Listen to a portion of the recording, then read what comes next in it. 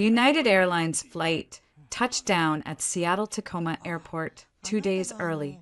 I had wrapped up the San Francisco merger negotiations faster than anticipated, a minor miracle in the corporate world. For the past 28 days, I'd survived on hotel coffee, PowerPoint presentations, and the single thought that kept me sane, coming home to Jack. My suitcase wheels clicked against the polished airport floors. I'd even stopped at Pike Place Market on the drive back, picking up a ridiculously expensive bottle of Cabernet Sauvignon from the vineyard where we got engaged. A surprise for my surprise. I pictured his face, the way his hazel eyes would crinkle at the corners. The boyish grin that still made my stomach flip after 5 years of marriage. Our craftsman-style house in Queen and stood dark under the drizzling Seattle twilight. Odd. Jack's SUV was in the driveway, but not a single light glowed from the living room bay window. Maybe he'd fallen asleep on the couch watching a game. I hoisted my bag onto the porch. The familiar creak of the third step, a welcome sound. I fumbled in my purse for my keys, my fingers brushing against the cold metal. I slid the key into the deadbolt. It didn't turn. I jiggled it. Nothing. I tried the handle locked. Frowning, I pulled the key out and examined it in the dim porch light. My key. The right key. I tried again, applying more pressure. Click. The sound didn't come from the lock. It came from the other side of the door, the distinct sound of the deadbolt being unlocked from inside. The door swung open, but it wasn't Jack. A lanky young man with Jack's chin, but none of his warmth, leaned against the doorframe. He wore a stained Seahawks jersey and held an Xbox controller. "Yeah," he said, not moving to let me in. I blinked. Mark, Jack's younger brother. Last I heard, he was couch surfing in Tacoma. Recognition dawned slowly on his face. "Hey, Grace." He didn't sound particularly surprised or pleased. He finally stepped back, his eyes darting over my shoulder as if looking for someone else at your back. "I am," I said, my voice tight. I wheeled my suitcase past him, the sense of wrongness swelling into a wave of nausea. The smell hit me first, not the clean scent of lemon wood polish I preferred, but the greasy, pungent aroma of fried food and stale beer. The living room was a disaster zone. My carefully arranged throw pillows were piled in a corner. A large, ugly recliner I'd never seen before blocked the fireplace. Pizza boxes and soda cans littered the coffee table. The TV blared a sports channel at deafening volume. And the people, oh, God, the people, Jack's mother, Carol, was nestled in my reading chair, wrapped in one of Mick-knitted blankets. His father, Robert, snored loudly on the sofa, his feet propped on the armrest. A teenage girl, Jack's sister Emily, I realized, sprawled on my Persian rug, surrounded by a galaxy of nail polish bottles, painting her toenails a violent shade of purple. She had headphones on, bobbing her head to silent music. My suitcase handle slipped from my numb fingers. It thudded to the hardwood floor. The sound made Robert snort awake. Carol looked up from her crossword puzzle. "Grace, honey." Carol's voice was a shrill, sugary thing. "She didn't get up, that we didn't expect you until Sunday." My mouth was dry, finished early. At that moment, Jack emerged from the hallway that led to the kitchen. He held 2 beers by their necks. He froze when he saw me, his expression cycling through shock, guilt, and finally, a forced, beaming smile. "Grace." He set the beers down on the already cluttered table and strode over, wrapping me in a hug that felt more like a containment maneuver. He smelled like barbecue chips and a faint, unfamiliar perfume. Wow. This is a surprise. I stood rigid in his arms. "Yes," I said flatly, looking over his shoulder at the invasion of my home. "It is." He pulled back, holding my shoulders, his grin unwavering. So, What do you think? I stared at him. What do I think? Yeah. He spread his arms wide, gesturing to his family. Surprise. The word hung in the polluted air. Carol tittered. Mark smirked and reclaimed his spot on the floor. Picking up his controller, Emily glanced up, rolled her eyes, and went back to her nails. I began, my mind whirring, trying to find a logical thread in this madness. You changed the locks.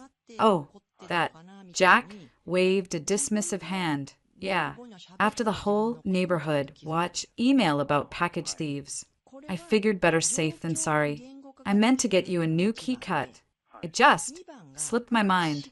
He changed the locks on our house and forgot to give me a key. And everyone is here. I asked, my voice dangerously calm. Just for a little while. Carol chirped. Jack said it was no trouble at all. Such a good boy. Thinking of his family. A little while. I echoed, looking at Jack. His smile tightened at the edges. He put a heavy arm around my shoulders, steering me toward the kitchen. Let's talk in here. Babe, get you a drink. You look tired. In the kitchen, another layer of horror unfolded. Dishes were piled high in the sink. My ceramic canisters were mislabeled. Someone had used my good Wusthof chef's knife to chop something hard and left a chip in the blade. The trash overflowed. Jack opened the fridge, packed with cheap beer, budget soda, and processed cheese slices. My organic greens and cold-pressed juices were nowhere to be seen. He grabbed a beer, popped the top, and handed it to me. I didn't take it. Jack, what is going on? He took a long swig from the other bottle. Look, don't freak out. Okay, it's just, things have been a little rough back home. Home was Spokane, a 4-hour drive across the state. What kind of rough? Dad's hours got cut at the plant. Jack said, not meeting my eyes. He traced a finger through a ring of condensation on the counter. Mom's arthritis is acting up. The landlord was raising rent on their duplex. Mark needed a fresh start, and M's college plans fell through. It was just too much for them. Financially, a cold pit formed in my stomach. ASOU invited them out to live here. Without asking me, I'm asking you now, he said, with a laugh that sounded hollow even to him. And it's not living. It's staying, temporarily, just until they get back on their feet. We have the space. Grace, that big guest room just sits empty. The basement is finished. It's selfish not to help family when they're in need. The word selfish landed like a carefully aimed blow. He'd used it before when I'd questioned his impulsive spending or his brother's constant loans. How long is temporarily? Jack, a few weeks. Maybe a month or two, just until Dad finds something new and they can get a new place. Months. The thought of this chaos stretching into seasons made my skin crawl. And where? Exactly. Are they all sleeping? We have one guest room. He had the decency to look slightly ashamed. Mom and Dad have the guest room. Mark's on the pullout in the den. Ings gotcha de basement. The basement is my home office. My files. My work setup. She's just sleeping down there. She's a kid. She doesn't need much space. You can move your computer up to our bedroom for now. Our bedroom. My last sanctuary. Now being offered as a shared workspace. I leaned against the counter, feeling its sticky surface. You did all this while I was gone. You changed the locks. You moved people in. You rearranged our lives. And you didn't call me on Cedo to discuss it. I wanted it to be a surprise. He repeated, his charm offensive failing. A defensive edge crept into his voice. A happy reunion. Family all together. I thought you'd be happy. You're always so focused on work, on your career. I thought this would ground you, remind you what's important. There it was, the subtle dig, wrapped in the guise of concern. My 60-hour work weeks that paid for this house. His car, our vacations, they were a character flaw, a distraction from the important. Things like hosting his financially irresponsible family indefinitely. What's important? Jack, I said slowly, my knuckles white where I gripped the counter. IS partnership, respect, communication. You showed me none of that. His face hardened. Are you saying I don't have a right to help my own family? My blood. I'm saying you don't have the right to unilaterally turn our home into a boarding house. Our raised voices must have carried. Mark appeared in the kitchen doorway, smirking. Everything okay in here? Guys, sounds tense. It's fine. Mark. Jack snapped, not taking his eyes off me. Give us a minute. Mark lingered, enjoying the spectacle, before sauntering away. Jack lowered his voice to a harsh whisper. They can hear you. Grace, they're right out there. Do you want to humiliate them? They've lost everything. And whose fault is that? I shot back. My control fraying. Robert has been getting his hours cut for a decade because he calls in sick to go fishing. Carol spends what little they have on QVC junk. Mark is a grown man who refuses to hold a job for more than 3 months. And Emily is an entitled brat who failed out of community college. These are not victims of bad luck. Jack, they are victims of terrible choices. And now you're making us victims, too. His face flushed a deep, angry red. I'd never spoken so bluntly about his family. A sacred line had been crossed. You don't know what you're talking about. You've never accepted them. You think you're better than us with your fancy job and your designer clothes and your organic food. Well, this is real life. Grace, this is family. You stick together.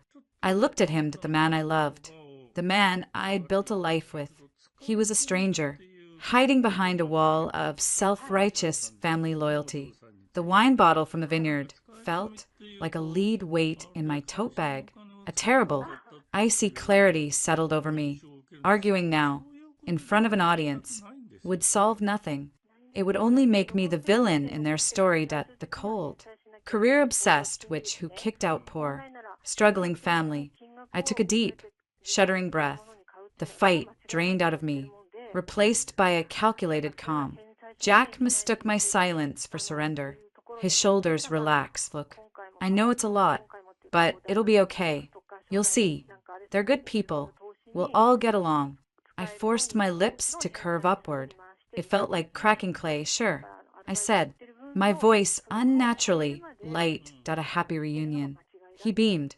The storm clouds vanishing. That's my girl. He leaned in to kiss my cheek.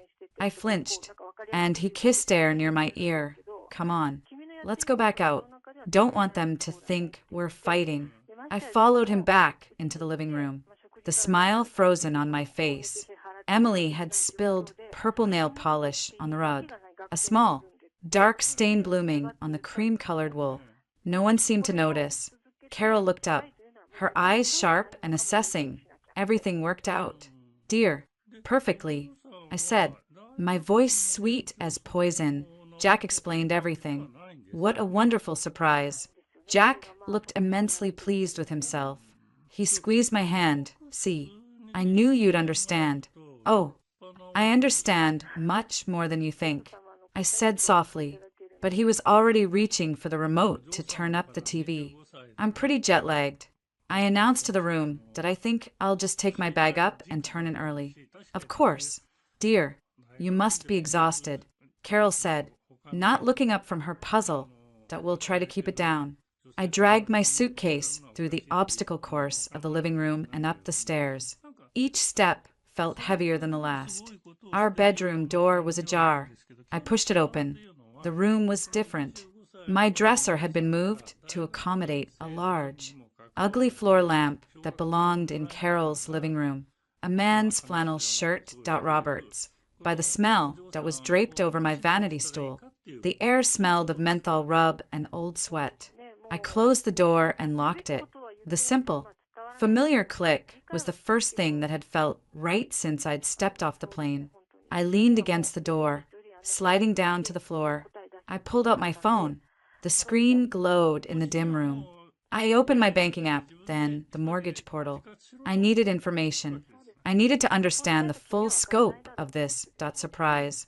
But first, I texted my oldest friend, Sophie, a divorce attorney with a mind like a steel trap. Me need to talk. Urgently. Something's very wrong. Her reply was almost instantaneous. Sophie, name the time and place. You okay? I wasn't, but I would be. I looked at the door, imagining the chaos just beyond it. Jack's laughter floated up the stairs, mingled with the booming TV and his father snoring. Surprise. The smile that touched my lips now was real, but it held no warmth.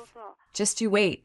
Jack, I whispered to the empty, violated room. Tomorrow, I'll have a surprise for you. The alarm on my phone buzzed at 6:15 a.m., a shrill intrusion in the unfamiliar quiet. For a disorienting second, I expected hotel silence. Then the sounds filtered in. Robert's seismic, snoring through the wall. The faint blare of an infomercial from the living room TV. The smell of cheap coffee brewing downstairs. I dressed quickly in the pre-dawn grayness that a sharp, expensive pantsuit from my San Francisco meetings. Armor. When I emerged, the house was a tableau of domestic colonization. Mark was passed out on the den pull-out. Empty beer bottles littering the floor like fallen soldiers. Emily's clothes stopped bright. Synthetic fabrics that were strewn across the staircase.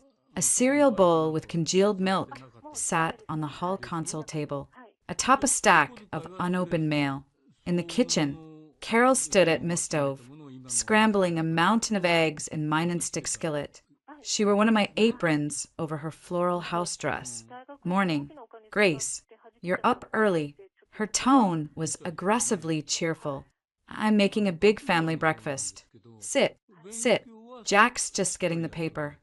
I have an early meeting. I said, my voice flat. I moved to the espresso machine that a sleek Italian model Jack had given me for our anniversary. The water reservoir was empty.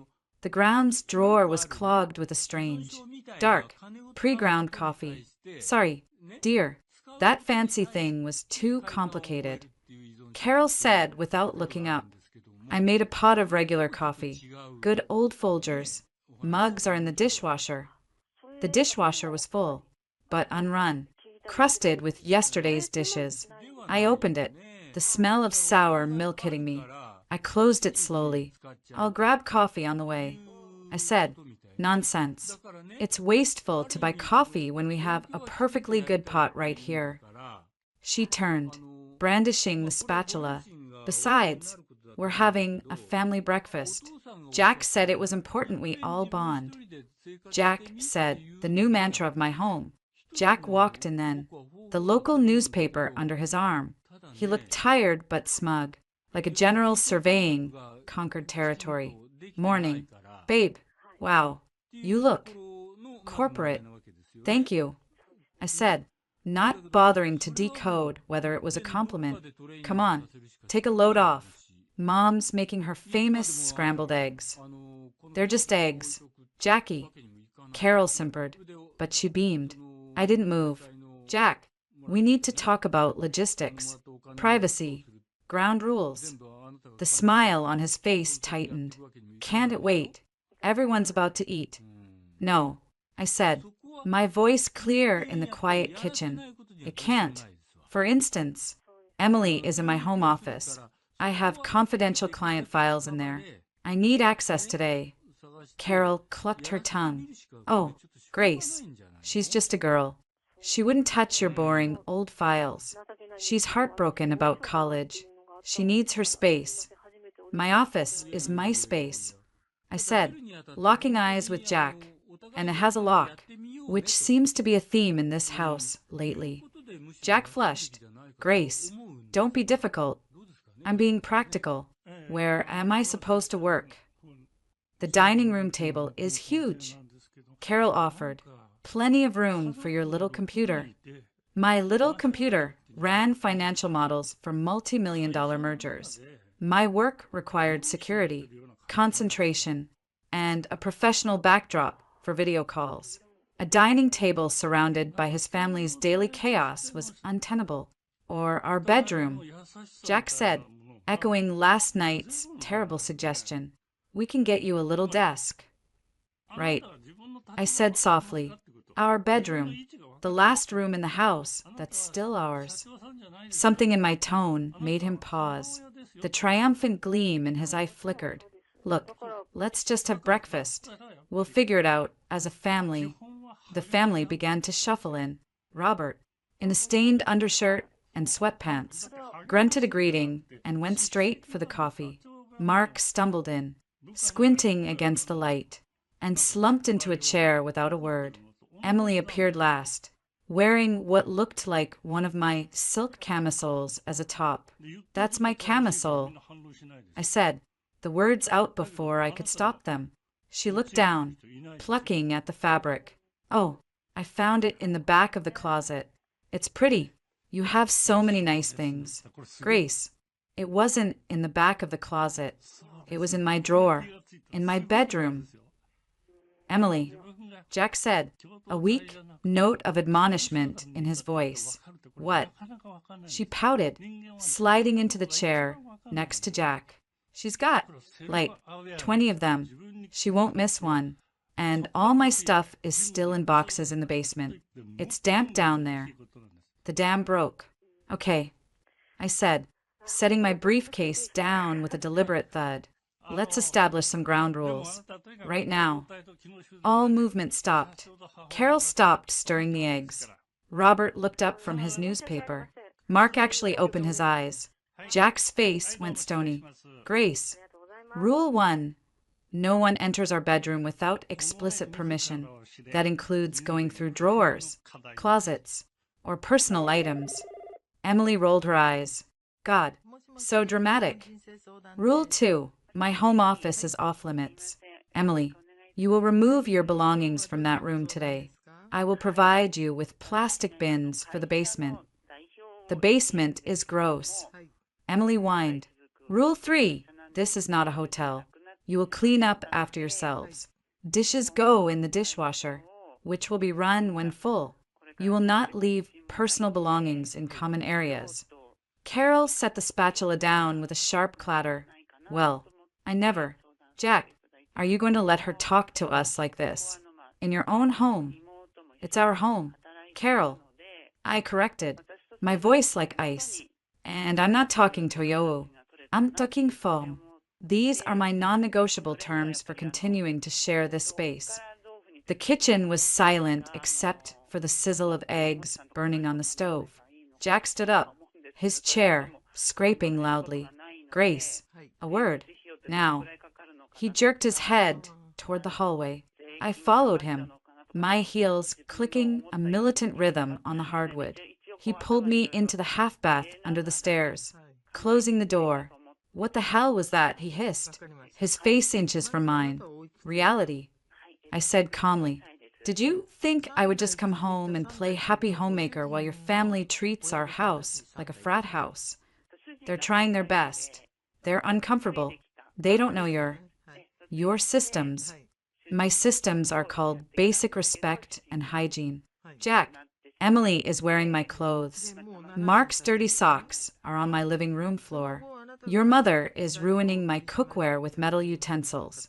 This isn't a cultural misunderstanding. This is an invasion. You're being a snob, he spat. You've always looked down on them. On me. The old wound. Ripped open. This isn't about pedigree. Jack, it's about partnership. You made a massive, life-altering decision without me. You violated our home. You changed the locks. Do you have any idea how that made me feel? I did it for my family, he said, his voice rising. You didn't do it with your family, did your wife? My composure cracked. I am your family, too. Or did our vows mean nothing? He looked away, running a hand through his hair. Of course they did. They do. This is just a temporary situation. Why can't you just be supportive? Why do you have to make everything so hard? Because you've made my life impossible. The words tore out of me. I can't work.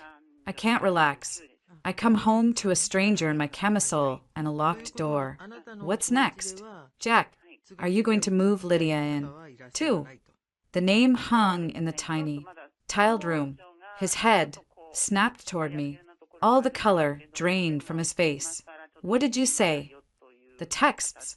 Jack, on your iPad, which you left synced to the cloud. Can't wait to see you. Miss your touch.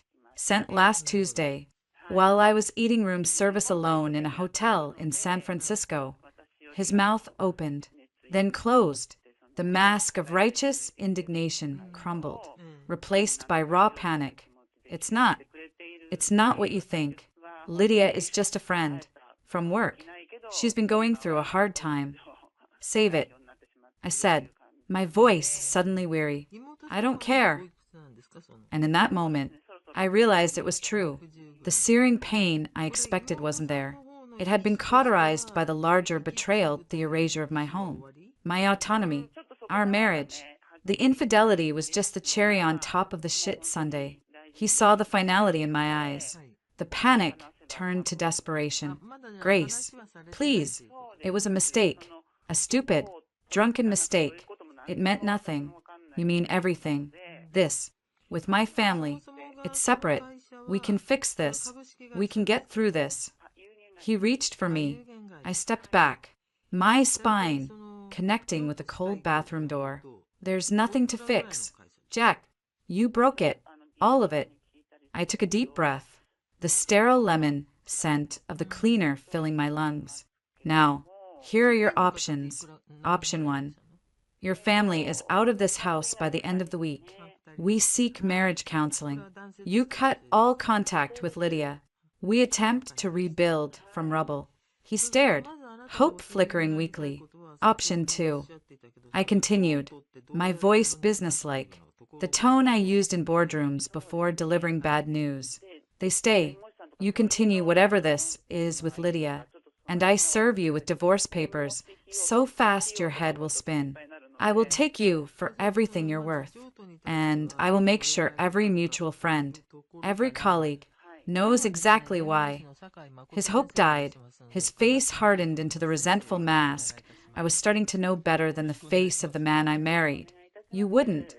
Try me. We stared at each other in the harsh fluorescent light. The man before me was a stranger, capable of astonishing selfishness and duplicity. A loud banging on the door made us both jump. Jack, Grace, the eggs are getting cold. Carol's voice was shrill with false concern. Everything okay in there? Jack's eyes never left mine. A silent battle raged. I saw the calculation in them, the cost of defiance versus the cost of surrender. He looked away first. Fine, he muttered. So low, I almost didn't hear it. Fine. What? Fine. Option 1. The words seemed to physically pain him. We'll figure something out. It was a lie. I could taste it in the air between us. He was buying time. But for what? Good. I said, then you can start by telling them breakfast is canceled, and they need to start packing. I'll be in my car, on a conference call. I unlocked the door and pushed past him, ignoring Carol's pointed stare from the hallway. I walked out the front door. The cool Seattle missed a blessing on my face. I didn't look back. In my car, I didn't call anyone. I sat in the driver's seat, hands shaking, and pulled up the mortgage account on my phone again. The login failed. Password incorrect. A cold certainty settled in my gut. He hadn't just changed the locks on the doors. He had changed the locks on our entire life. I opened a new browser tab and Googled 2 things. Washington State, divorce law, separate versus community property, private investigators in Seattle. The game had changed. Last night, I was shocked. This morning, I was angry. Now, I was at war. And the first rule of war is to know your enemy better than he knows himself. I started the car. I had a meeting with Sophie to get to, and I needed to stop by an electronics store on the way. A surprise for Jack. Indeed, Sophie's office was a sleek, modern space in a downtown high-rise, all sharp angles and cool grays, a stark contrast to the cluttered, emotional war zone I had just left. She took one look at me as her assistant ushered me in and immediately stood up from behind her glass desk. Jesus, Grace, you look like you've been through a shredder. She came around and enveloped me in a hug that smelled of expensive perfume and unflappable competence. Sophie Lynn, my college roommate, now one of Seattle's most formidable divorce attorneys. Her sympathy was genuine, but her eyes were already assessing, cataloging. I feel like it, I said, my voice brittle. I sank into the plush client chair, the leather cool against my skin. Start from the beginning. And don't leave anything out. She listened, stone-faced, as I laid it out, the change locks, the invading horde, the camisole, the burned eggs, the bathroom showdown, the texts from Lydia. When I finished, she let out a low whistle. Okay, first, we breathe. Second, we get very, very smart. She grabbed a legal pad. You said you tried to check the mortgage account. Password's been changed. Of course it has. She made a note. Online banking. Joint accounts. I pulled out my phone. My fingers clumsy. I logged into our main checking account. The balance was lower than it should have been, but not alarmingly so. Then I clicked on transactions. My blood ran cold. Sophie. She leaned forward. What? There are. Transfers. Multiple. To an account I don't recognize. I scrolled, my heart pounding against my ribs. $5,000 on the 15th. Another 3 on the 22nd. 10,000 just yesterday. The number swam before my eyes. That's $18,000. Gone. Destination account number. I read it out. Sophie typed it into her computer, her expression grim. It's a personal checking account under the name Robert Henderson Sr. She looked at me. Your father-in-law. The room tilted. He's funneling our money to his parents. And probably calling it a loan he didn't need to discuss with you. Sophie said dryly, community property state. Grace, that money is half yours. Those transfers without your consent are a huge problem. But it gets worse. How could it possibly be worse? The mortgage. She turned her screen toward me. It displayed a public property record search. Our queen, an address. He didn't just change the login. Grace. He took out a second mortgage. A home equity line of credit. $350,000. Approved 2 weeks ago. The air left my lungs. I couldn't speak.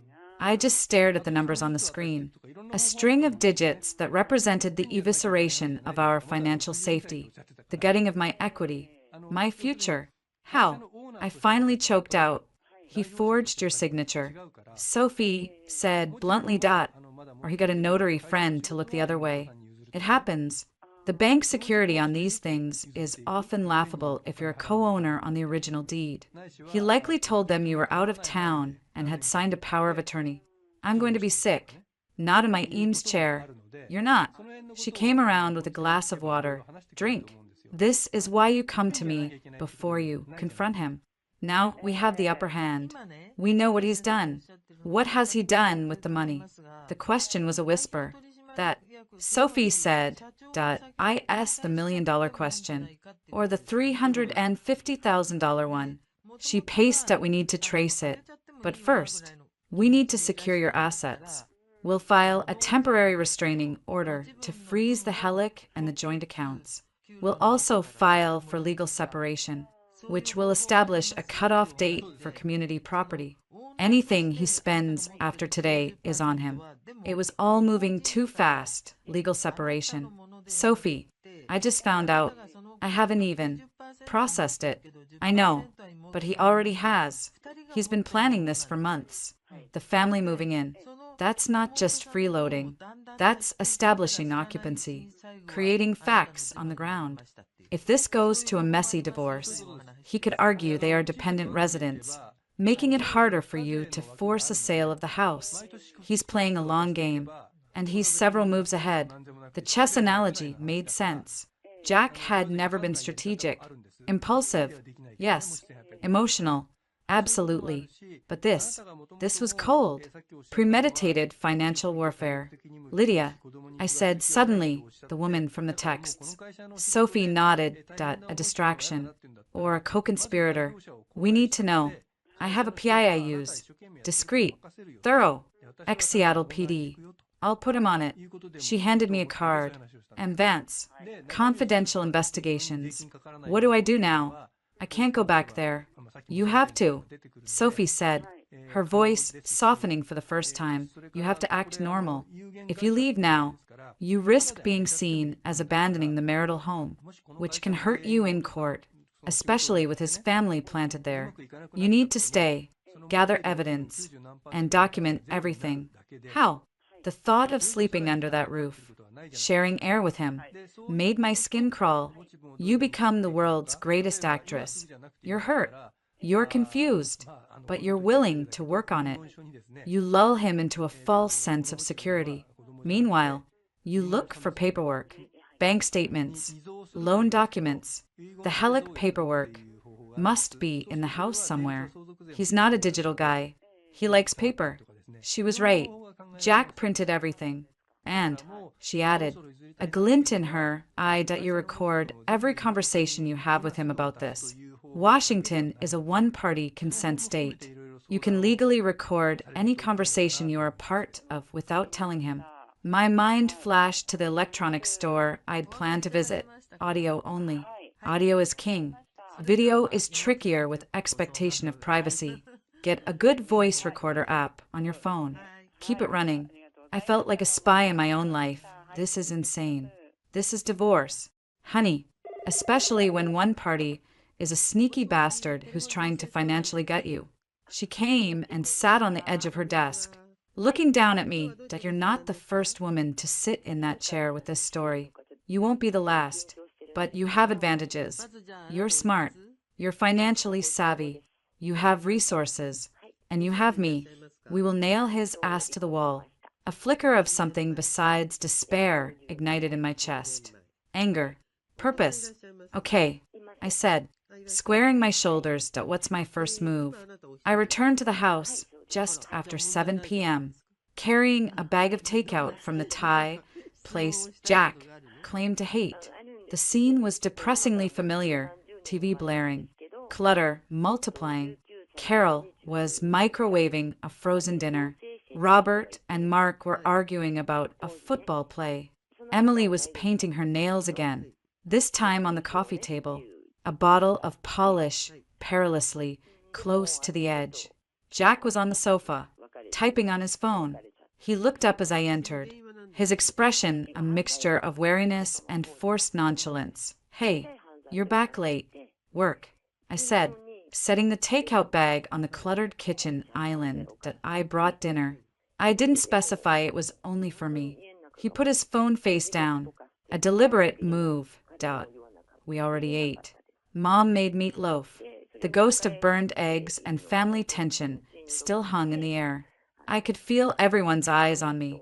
I'd left a grenade in the bathroom this morning and walked away. Now I had to pretend I hadn't pulled the pin. I took a deep breath, channeling every terrible corporate acting class I'd ever taken. Jack, I said, letting my shoulders slump, injecting a tremor into my voice. Can we talk? Alone. He looked suspicious. Carol perked up, her ears practically twitching. Sure, he said slowly, then. Our room, I said, heading for the stairs. I needed the privacy, and I needed him on terrain that still felt like ours, where his guard might be down. He followed me. I closed the bedroom door and leaned against it, as if exhausted. My phone was in my blazer pocket, the voice memo app already recording. I've been thinking. I began, staring at the floor, about this morning. I overreacted. His eyes narrowed. Yeah, you did. It was just such a shock. I continued, weaving truth into the lie, coming home to all that. And then the things I said about your family. That was cruel. I'm sorry. He studied me, looking for the trap, seeing my apparent defeat. His posture relaxed. Marginally, they're not perfect. Grace, but they're my blood. I know. And you were right. Family should stick together. The words tasted like ash. This situation with your parents losing their place. Mark needing a start. It's a lot. We should help.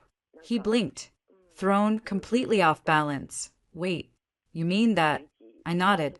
looking up at him with what I hoped was convincing contrition that I do. But Jack, we have to be smart about it. We can't just bleed our savings dry. We have plans. Retirement. Maybe a cabin on the San Juan someday. He walked to the window. His back to me that I know. I've been handling it. Here we go. Handling it how? I saw the transfers. Jack, to your dad's account. $18,000. He stiffened. He didn't turn around. You were checking the accounts. I was paying bills. It was kind of hard to miss. I kept my voice soft. Non-accusatory, what's that for? It's a loan, he said. Too quickly. Tio helped them with the move. First and last month's rent on a new place. Some debts. Dad's good for it. He'll pay us back. 18,000 is a lot for first and last month's rent in Spokane.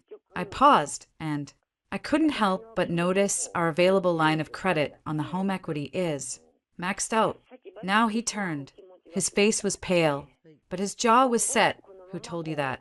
The bank. Jack, when I tried to check the balance, it says we've drawn $350,000. What did you do? The silence stretched. I could see the calculations flying behind his eyes. Deny. Deflect. Confess. He chose a hybrid. IT was an opportunity. He said, spreading his hands. An investment. Mom and Dad knew about this piece of land. A real estate deal that's a sure thing. But they needed capital fast. We use the equity. We buy the land. We flip it in 6 months. Double our money. It solves all their problems and sets us up. The lie was so audacious it took my breath away. You took out a second mortgage on our home to buy land. Without talking to me.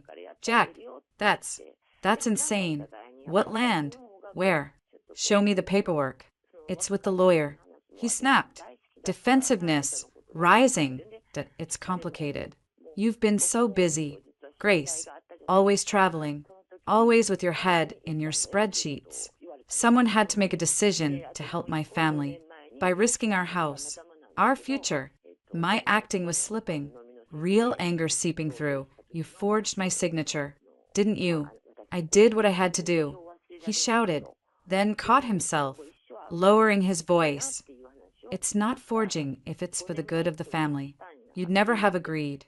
Damn right I wouldn't have. I fired back because it's financial suicide. Where is the money? Jack, really? His eyes darted to the closet. A fleeting, involuntary glance. The closet.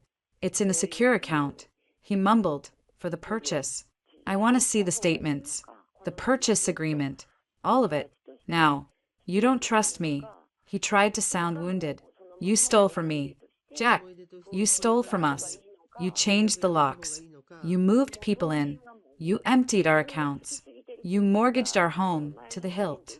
Why on earth would I trust you? The mask fell completely. All the false contrition, the wounded pride, evaporated. What was left was cold. Hard resentment. You never did. Not really. It was always your money. Your house. Your rules. Well, now I'm making some rules. My family needs me. And if you can't get on board with that, then maybe you should ask yourself what you're even doing here. It was a dismissal, an eviction notice for my own marriage, delivered in my own bedroom. I looked at him, this stranger I'd shared a life with. The recording in my pocket felt like a live wire. I had what I needed, an admission of the loan, the mortgage, the forgery, all captured in his own voice. You're right, I said quietly, the fight gone out of my voice. I need to think about what I'm doing here. I turned and left the room. He didn't follow. Downstairs, the Dot family was watching a game show. They didn't look at me as I passed through the living room and into Jack's study, a small, messy room he used for paying bills and storing old sports equipment. The closet, it was a walk-in, crammed with boxes of files he refused to throw away. I turned on the light and got to work. It didn't take long. He wasn't a sophisticated criminal. In a banker's box labeled Tax Docs 2023, beneath a stack of receipts, I found it, a thick folder from Puget Sound Mutual Bank. The home equity line of credit agreement. My dot signature was a clumsy scrawl on the dotted line. I took photos with my phone. Every page. Then I found another folder. Statements for a new bank account at a different institution. An account in his name only. The $350,000 deposit was there, and so were the subsequent withdrawals. Large, round number transfers to an LLC I didn't recognize, the Henderson Holdings. Smaller transfers to Carol Henderson, Mark Henderson, Emily Henderson. A $5.000 payment to Lydia Chin. And one more thing, a printed email, crumpled at the bottom of the box. From Jack to Lydia, LYDS. The money's moved. Half in the business account, half in my personal. Once the dust settles with the old ball and chain, we'll be set. Can't wait for Napa. Just you and me and a vineyard all to ourselves. Start looking at rings. G, the old ball and chain. I stared at the words until they blurred. The cold, calculating betrayal was complete. It wasn't just about helping his family. It was about funding a new life. With her, I carefully placed everything back exactly as I found it. My hands were steady. My heart was a block of ice. I walked out of the study, past the oblivious family in the living room, and out the front door into the cool night. I didn't grab a coat. I just stood on the porch, breathing in the damp air. Then I pulled out my phone. I stopped the recording. I opened a new text to Sophie. Me, found the paperwork. He forged my signature on a helic for $350K. He's funneling it to a shell company and his family. Also, confirmed affair, planning a future with her. I have it all on recording. The 3 dots bounced almost immediately. Sophie, do not confront him. Come to my office, first thing. We're going to the courthouse. War just started. And Grace. Me, yes. Sophie, it's time to give him that surprise you promised. Sophie's office at 8 a.m. felt like a command center. The sleek surfaces were now covered in printed spreadsheets, highlighted bank statements, and maps of property records. A whiteboard had appeared overnight, scrawled with a timeline of Jack's financial maneuvers. A third person was in the room, Mike Vance, the private investigator. He was in his 50s, with a quiet, watchful presence that reminded me of a hawk. He gave me a curt nod, his eyes missing nothing. Grace, this is Mike. Sophie said without looking up from a document, Mike. The client, ma'am. He held out a slim folder, preliminary on Lydia Chin. I took it. Inside were a few printed sheets, a LinkedIn profile, marketing associate at Jack's company, Northwest Outdoor Supply, a clean driving record, a grainy photo of a pretty woman in her 30s with a bright smile, leaving an apartment building in Belltown. It was surreal. This was the ghost who had haunted my marriage, now reduced to data points. No criminal history. Finances appear average. She rents. Recently paid off a significant credit card debt, about $5,000. A week ago, Mike's voice was a low rumble, coincides with a transfer from an account linked to your husband. My stomach churned. My money paid her debt. The affair is confirmed. Text logs from a source at the telecom show frequent contact, including during his stated business trips that overlapped with your travels. Several overnight patterns at her apartment. I'm working on obtaining more concrete evidence, but for your purposes, the financial link is strong, and the audio recording you obtained is compelling. Sophie finally looked up that it's more than an affair. Grace, it's financial commingling. He's using marital assets to fund his relationship with her. That's dissipation of community property. A judge will not look kindly on that. She pointed to the whiteboard. Let's walk through the full damage report. Item 1, the helic, $350,000. The signature is a forgery. We have the document. We'll get a handwriting expert. But any idiot can see it's not your signature. This is bank fraud. We can pursue criminal charges if we choose. Criminal charges. The words felt heavy and dangerous. A lever. Mike said, simply, not necessarily the goal. Sophie nodded. Item 2, the transfers to his family. 18,000 from your joint account. Documented. Plus, from the Helic funds, another 50,000 dispersed to individual accounts for Robert, Carol, Mark, and Emily over the last 2 weeks. $70,000. I breathed, just, given to them, labeled as loans or gifts in the memos. Sophie confirmed, but with no promissory notes.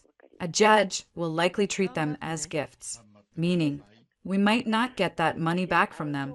We'd have to go after Jack for it. Item 3, Mike interjected, tapping a photo on the table. It was a mugshot. Mark Henderson, looking surly and much younger. Mark Henderson. 2 arrests. 1 for possession with intent to distribute in 2018, pled down to misdemeanor possession. 1 for aggravated assault in 2020, charges dropped when the witness recanted. Known associates in low-level gang circles in Tacoma. He's not just a freeloader. He's a potential liability living under your roof. The room felt colder. Jack never said. He wouldn't. Sophie said flatly now. The Henderson Holdings, LLC. She pulled up the state business registry on her screen. Registered 2 months ago. Registered agent is Jack. Members are Jack, Robert, and Mark. Business purpose is listed as real estate investment. It's a shell. The primary asset appears to be the $300,000 from the Helic that was transferred into its account. That money has since been moved again. Where? My voice was a whisper. Mike slid another sheet toward me. It was a wire transfer record point. $200,000 was wired to a development company in Idaho. A company that filed for Chapter 11 bankruptcy protection 3 days ago. The air left the room, that it's gone. Not all of it, Sophie said, though her face was grim. The remaining $100,000 in the LLC account was drained yesterday. Cash withdrawals. 5 separate transactions at different ATMs. Untraceable. I put my head in my hands. Our equity, our safety net, vaporized, spent on his family's debts, his mistress's freedom, and a bankrupt scheme. How could he be so stupid? It's not just stupidity. Mike said that it's entitlement and a classic grift. He's the middleman, funneling money from a secure asset that your home, T.O. his struggling family, his girlfriend, and a pie-in-the-sky investment that probably promised ridiculous returns.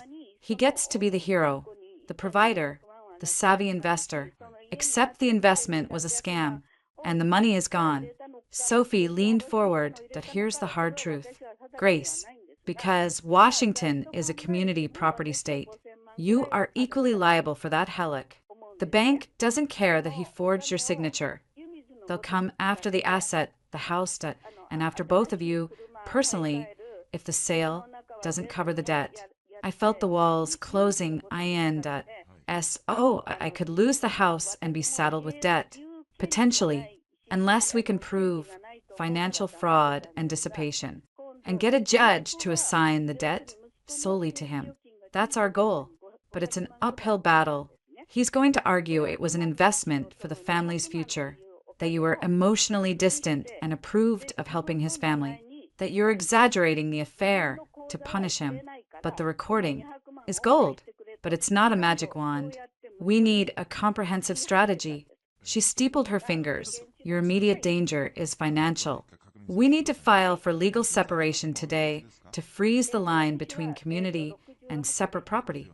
We'll also file a lease pendens in the house and notice of a pending lawsuit that clouds the title and prevents him from selling it or refinancing further. He can't sell it with me on the title anyway. He could try to forge a quitclaim deed, Mike said bluntly after the mortgage forgery. I wouldn't put it past him. The lease pendant stops that cold. The level of betrayal kept deepening, hitting subterranean levels I hadn't known existed. What do I do? The question was pathetic, but it was all I had. Sophie's gaze was unwavering. You go back. You play the part of a shocked, hurt, but ultimately pliable wife. You express concern about the money. You ask to see the plans for this land investment. You act like you're coming around to his point of view. You need him to keep talking, to get more on record. Meanwhile, we serve him with the separation papers and a temporary restraining order, freezing all accounts and the Helic. It will be a shock. He'll panic. That's when people make mistakes, say things they shouldn't. She looked at Mike, that will have someone nearby when it happens. Mike gave a single nod, I'll coordinate process service for maximum effect. Preferably when the whole family is present. Creates witnesses, adds pressure. The cruelty of it was strategic, surgical. A part of me recoiled. The other part, the part that had seen the old ball and chain, email, embraced it. There's more, I said, remembering the night before. He all but told me to leave. Said I should ask myself what I'm even doing here. Sophie's eyes lit up. Perfect. That's a verbal assertion of exclusive control over the marital home. We can use that. Do not leave. Grace. Not until we have a court order giving you exclusive use. If you leave, he changes the locks again, and it becomes a nightmare to get back in. So I have to stay in that house. With him. With them. For a little while longer. Document everything. Keep recording. If Mark so much as looks at you funny, note it. If Carol insults you, note it. We're building a case for a domestic violence protection order if needed, that not necessarily physical, but emotional and financial abuse, creating a hostile environment. The language was new. Financial abuse. It fit. Okay, I said, my voice stronger now. The map was drawn. The enemy identified. What's my first line? Sophie handed me a small, high-quality voice recorder, even smaller than my phone backup. Keep your phone recording too. Today, go home. Be conciliatory. Express worry about the large sums. Ask to be included. Play dumb. Let him feel in control. Mike handed me a business card. My number. Text me if you feel unsafe at any time, day or night. I'll have someone close by. I took the card and the recorder. Tools of my new reality. When will he be served? Sophie checked her watch. Mike's guy will be at your house around 7 p.m. Dinner time. Be there. The house at 3 p.m. was quiet, empty. A note on the fridge in Carol's looping script. Gone to Costco. Back by 5. Mom. The presumption was breathtaking. I went straight to the bedroom and changed into soft jeans and a sweater, less threatening than my power suit. I hid the backup recorder in a decorative box on my dresser, positioned to catch audio from the bed and door. Then I went to the kitchen and started making a pot of real coffee, cleaning the machine meticulously. I was wiping down the counters when the garage door rumbled. They were back early. Jack came in first, carrying a giant pack of paper towels. He stopped when he saw me. Hey. I gave him a small, tired smile, making coffee. Want some? He looked suspicious, but nodded, sure. Carol bustled in behind him, followed by Mark and Emily, all laden with bulk groceries. They began unpacking, filling my pantry with giant tubs of cheese puffs and gallons of sugary juice. Grace, honey, be a dear, and put these frozen pizzas away, Carol said, handing me a heavy box without looking. I took it, saying nothing, and put them in the freezer. I saw Jack watching me, confused by my compliance. When the coffee was ready, I poured 2 mugs. Can we talk? On the porch. He followed me out. The afternoon was cool and overcast. We sat on the steps. I had my phone in my pocket, recording. I've been thinking. I began, staring into my mug, about what you said, about me not trusting you. He stayed silent, waiting. Maybe you're right. I get so focused on control, on planning, this merger. It's been all-consuming. Maybe I haven't been present. I let a crack show in my voice, and I came home to all this. And I just panicked. He sipped his coffee. It was a lot to spring on you. It was. But your heart was in the right place. helping your family. I looked at him, this land deal. Though, Jack, it scares me. $350,000 is. It's everything. He set his mug down, a hint of his old salesman's enthusiasm creeping in, now that I wasn't fighting him. He wanted to convince me that I know the number is huge, but the returns. Grace, the developer guaranteed a flip in 6 months. We could walk away with double. It's in a boom area near Coeur d'Alene. It's a sure thing. Can I see the paperwork? The prospectus? I'm good at this stuff. Jack, let me help. Maybe I can spot something you missed. His enthusiasm faltered. The lawyer has all that. It's technical. I understand technical. I do it for a living. Who's the developer? What's the company name? It's a private group. Friends of Dad's. He was floundering. Henderson Holdings is the LLC. Right. The one you set up. I asked innocently. His head snapped toward me. How do you know that? You mentioned it last night when you were talking about the investment. I kept my tone light. That IT just makes sense to have a corporate structure. Smart. He relaxed slightly. Buying the lie, yeah, it is. So the money from our house went into Henderson Holdings, and then to the developer, basically, and the other money, the transfers to your dad's personal account, and to Mark and Emily. Is that from the investment too? He shifted uncomfortably. That's advances against their share of the profits, to help them get settled in the meantime. I see. I nodded as if it all made perfect sense. And my name? Is it on the LLC? As a member? He looked genuinely startled, as if the thought had never occurred to him. And oh, I mean, it's a family thing. Me, Dad, Mark, right. Of course. I let the silence hang, the unspoken truth screaming between us. He had systematically excluded me from every financial decision and entity. Well, I hope it works out. We could really use a win. He reached over and patted my knee, a condescending gesture. That IT will. You'll see. Just try to relax. Try to be part of the family. I forced a smile that I'm trying. At that moment, a dark sedan pulled up to the curb. A man in a neat jacket and slacks got out, carrying a large envelope. Jack frowned at, "Who's that?" The man walked up the path. "Jack Henderson." "Yeah, legal documents for you." "Sir." The process server handed him the envelope. "Have a good day." He turned and left, efficient and impersonal. Jack stared at the envelope, his name typed neatly on the front. He tore it open, pulling out the thick sheaf of papers. His eyes scanned the first page. His face went from confusion to pale shock to raging crimson in the span of 3 seconds. Petition for legal separation. Temporary restraining order. Asset freeze. Notice of lease pendens. What the? He whispered. Then his head jerked up, his eyes blazing at me. You did this." The front door opened. Carol stood there, wiping her hands on a towel. "Jack, everything okay?" "Who was that?" He didn't answer her. He took a step toward me, the papers crumpling in his fist. "You bitch. You lying, scheming bitch." "Jack," Carol gasped. "What's going on?" Robert appeared behind her, with Mark and Emily peering over his shoulders. Jack waved the papers like a weapon that she's filing for separation. "She's freezing our accounts. She's putting a lien on my house." "Our house," I corrected, standing up.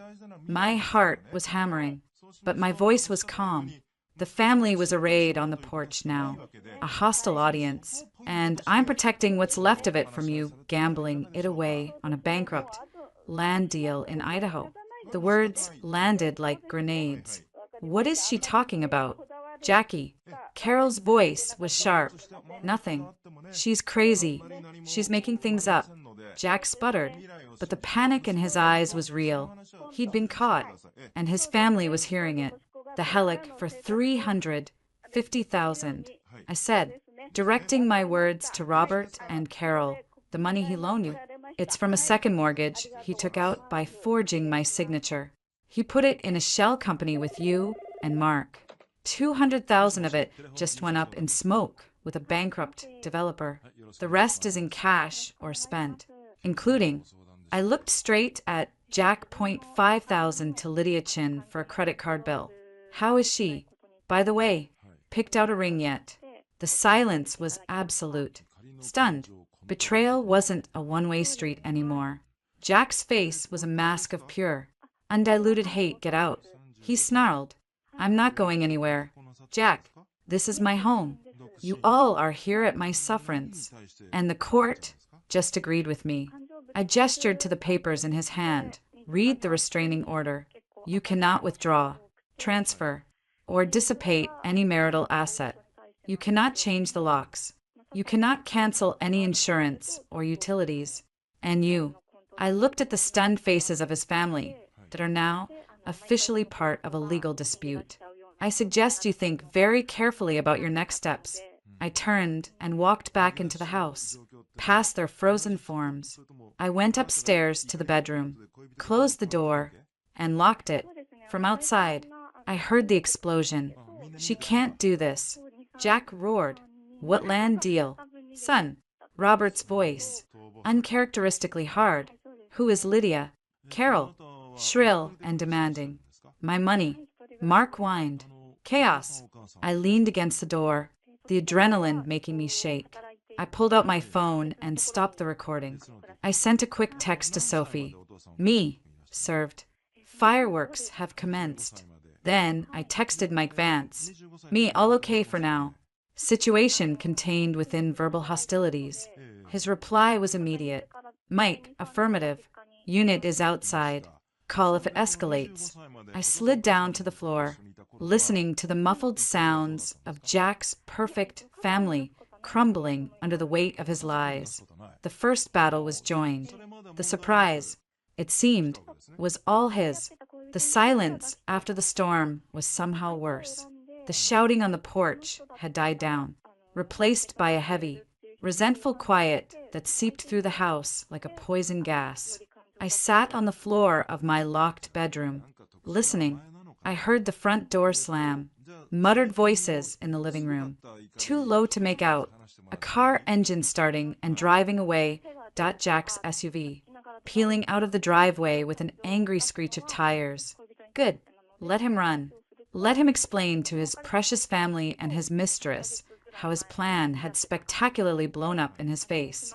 My phone vibrated. Sophie. Sophie, status. Me, he left. Family is downstairs. I'm barricaded in the bedroom. Recording is gold. He admitted to the LLC. The guaranteed investment. Called it a sure thing. Sophie, perfect.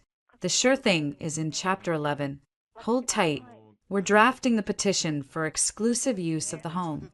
His verbal order for you to leave strengthens our case. Do not engage with the family.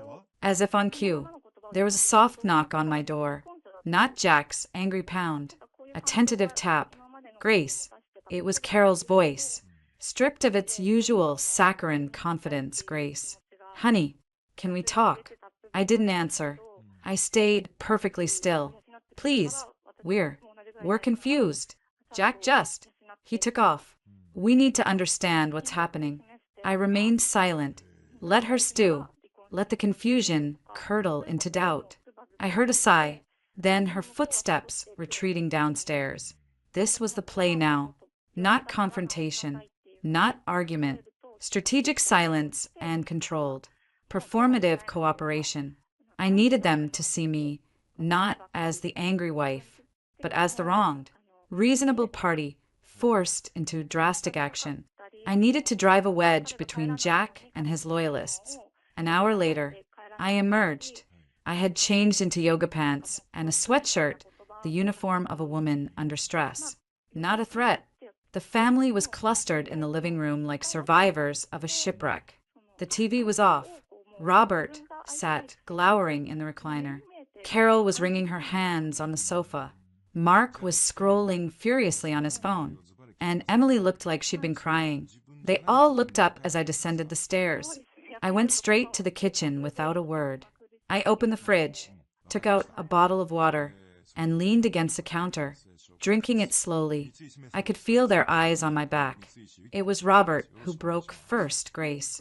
His voice was a gravelly command that what's this nonsense about forgery? I turned, my expression carefully neutral. It's not nonsense. Robert.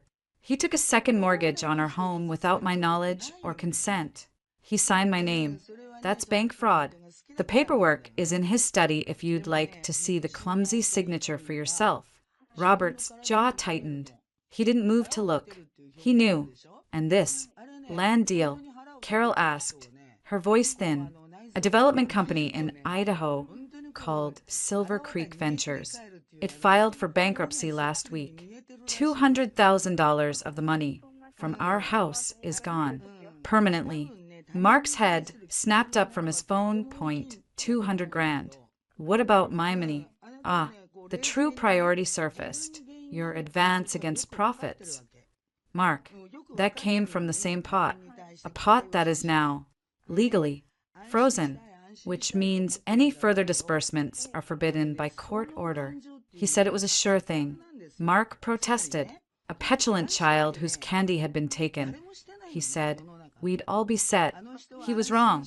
I said, simply or he was lying. The rest of the money, that over $100,000 that was taken out in cash yesterday. Do you have any of it? Robert. Carol. Or did Jack keep that? 2. Their stunned silence was answer enough. He'd been playing them, giving them just enough to keep them compliant while he siphoned the bulk for himself and Lydia. Who is Lydia? Emily asked, her voice small. A woman from his work. He's been having an affair.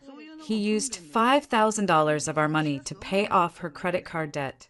He's been looking at rings with her. Carol made a small, choked sound. The betrayal wasn't just financial now. It was personal. Her golden boy, the family hero, was a cheat. I don't believe you, Robert stated, but the conviction was gone from his voice. You don't have to believe me. The bank records and the court filings don't lie. I set my water bottle down. Look, I didn't want this. I came home to find my home occupied, my finances pillaged, and my husband planning a future with another woman. The legal separation and asset freeze aren't an attack on you. They're my only way to stop the bleeding, to save what's left of the equity in this house, which, by the way, is half mine. I let that hang in the air. Half mine. This wasn't just Jack's family refuge. It was my asset they were squandering. What happens now? Carol whispered. Now, we all wait for the court to sort it out. The temporary orders are in place. I've petitioned for exclusive use of the home, given Jack's hostile behavior and his order for me to leave. You're kicking us out. Mark stood up, his posture aggressive. The court will decide who stays and who goes. Mark, but given your brother's financial malfeasance and the fact that he brought you here without my agreement, your position isn't strong. I met his glare. I'd start thinking about backup plans if I were you. I walked out of the kitchen and went down to the basement. My home office. The space was a mess. Emily's suitcases open. Clothes everywhere. My desk shoved into a corner. I took a deep breath, suppressing the rage. I carefully moved her things to one side, not throwing anything, just creating a semblance of order. I set up my laptop on the cleared desk and pretended to work. The tiny recorder from Sophie in my pocket. I was baiting a trap, and silence was the hook. Jack didn't return until after midnight. I heard him come in, his steps heavy on the stairs. He paused outside the bedroom door. But I'd moved a chair under the knob, a physical barricade to match the legal ones. He muttered something foul and stomped away, presumably to crash on the den pull-out. The next morning, I initiated phase 2, the performance of conciliatory grief. I made a full pot of coffee, good coffee, from the bag I'd hidden in my car. I set out mugs. When Carol came into the kitchen, her eyes puffy, I poured her a cup. Here, I said, my voice soft. She took it, looking wary. Thank you. I'm sorry you're in the middle of this. Carol. I leaned against the counter, looking down at my own mug. I know you were just trying to help your family. So was I. I didn't know the cost would be everything. It was a masterstroke, framing myself as a fellow victim of Jack's schemes, aligning my goals with hers. Family security. Her hard demeanor softened a fraction. He said you wouldn't understand, that you were too focused on your own world. I am focused on our future, his and mine. Or it was, I let a tremor enter my voice, this Lydia woman. Did you know? No, she said, and it sounded like the truth. No. Of course not. Jack wouldn't. But the certainty was gone that he's been under a lot of pressure. We all have. I sipped my coffee, the legal stuff. It's just to stop the money from disappearing, to get an accounting. Once we know where it all went, maybe we can figure something out. I left it vague, a shimmer of false hope. I repeated variations of this act with Robert, emphasizing the legal peril Jack was in for fraud. With Emily, I was gently pitying that he used your college dreams to justify taking the money. Emily, then he spent it on someone else. I saw the seed of resentment take root. With Mark, I said nothing. I just looked at him with cool, assessing eyes when he demanded to know that when he'd get his money. My silence said more than words. You've been played, and you're not getting a dime. Jack, meanwhile, was unraveling. The asset freeze had crippled him. He had no access to liquid cash. He couldn't pay for anything. I watched from the upstairs window as he argued with a tow truck driver who'd come to repossess his SUV, a loan payment he'd missed. He had to call Robert to cover it with what little cash they had left. 3 days after the service, the tension reached a boiling point. I was in the basement, on a video call with a client, when I heard the thumping on the ceiling, then shouting. I excused myself, muted my microphone, and crept up the stairs, my phone recording. Jack and Robert were in the living room. Squared off. You told me it was safe. Robert was yelling, his face purple. You said it was a guaranteed return. It was. Jack shot back. The developer screwed us. It's not my fault. And the cash, the 100,000 you pulled out. Where is it? Jack, it's safe. It's for legal fees, for fighting her. He gestured wildly toward the basement. Legal fees for your affair. Carol's voice was sharp from the kitchen doorway. I asked that what the 5,000 to that woman was for. Her legal fees. Mom, not you too. You lied to us. Jackie, she cried, her voice breaking. You made us look like fools. We left our home. For what? To be trapped here while you gamble everything away on some floozy. She's not a floozy. Lydia understands me. She supports me. Unlike Grace, who's just trying to destroy me. Grace is the only one who seems to know where the money actually went. Robert roared that I want to see the LLC statements. Jack, right now. You don't trust me. Your own son. Right now. I don't trust you as far as I can throw you. The family fracture was complete. Recorded in high-definition audio on my phone. Jack, cornered and furious, stormed toward the basement stairs. I quickly retreated, but he flung the door open. You, he snarled, his eyes bloodshot. This is all your fault. You turned them against me. I stood my ground at the bottom of the stairs. I didn't turn them against you. Jack, the truth did. The missing money did. Lydia did. He came down the steps, stopping one above me, invading my space. You think you're so smart with your lawyers and your restraining orders. You think you've won. You haven't. This is my house too. My family is here. You're outnumbered. Your family is currently upstairs accusing you of theft and infidelity. I said calmly, and the house is half mine, which is more than you can say for the money that weighs in it. His control snapped. He grabbed the framed photo off my desk, a picture of us hiking at Rainier, and hurled it against the wall. The glass shattered. I'll burn it all down before I let you take it. It was the threat I needed. Proof of his volatile, destructive state. Jack, Robert's voice bellowed from the top of the stairs. What in God's name are you doing? Jack whirled, breathing heavily. He looked from his father's disgusted face to my calm.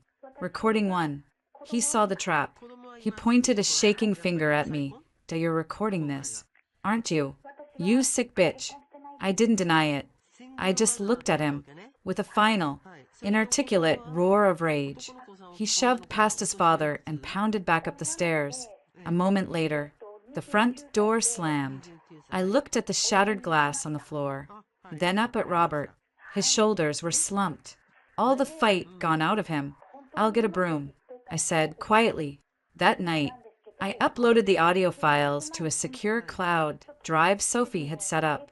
I sent her the highlights, the family confrontation, Jack's admission about the cash being for legal fees, a blatant lie, and his threat to burn it all down. Sophie, excellent. The threat is key for the exclusive use order. Hearing is set for Friday. Be ready. I also texted Mike Vance with an update on Jack's escalating behavior. Mike noted, the repo attempt on the car is useful. Shows financial desperation. Stay vigilant. On Thursday, I executed the final part of my plan. I approached Carol as she listlessly dusted the living room, did a pointless activity in the current chaos. Carol, I said, my voice gentle, I know this is unbearable, and I know you want to help Jack. So do I, in a way. I sighed. The best thing for him right now is to get a full picture of the finances, to find that missing cash. If we could find the paper trail, maybe we could recover something before it's all gone. Do you have any idea where he might keep his important papers, besides the study? She looked at me, conflict in her eyes. The maternal urge to protect her son warred with the dawning realization that he had betrayed her too, and the practical desire to salvage some money won. He has a lockbox, she said quietly, not meeting my eyes at a small, fireproof one. He brought it from Spokane. He keeps it in the closet in the den. He said it had sensitive things in it. My pulse quickened. Thank you. Carol. I waited until the house was empty. Jack was God knows where. Robert had taken Mark to talk some sense into him at a bar, and Carol and Emily had gone to a discount store. I went to the den. The lockbox was indeed there, on the top shelf of the closet, behind some blankets. It was a sturdy Sentry safe with a digital keypad. I didn't need to guess the code. Jack was notoriously unoriginal. I tried his birthday. No.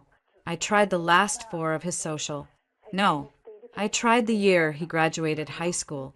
The light blinked green, and the latch released.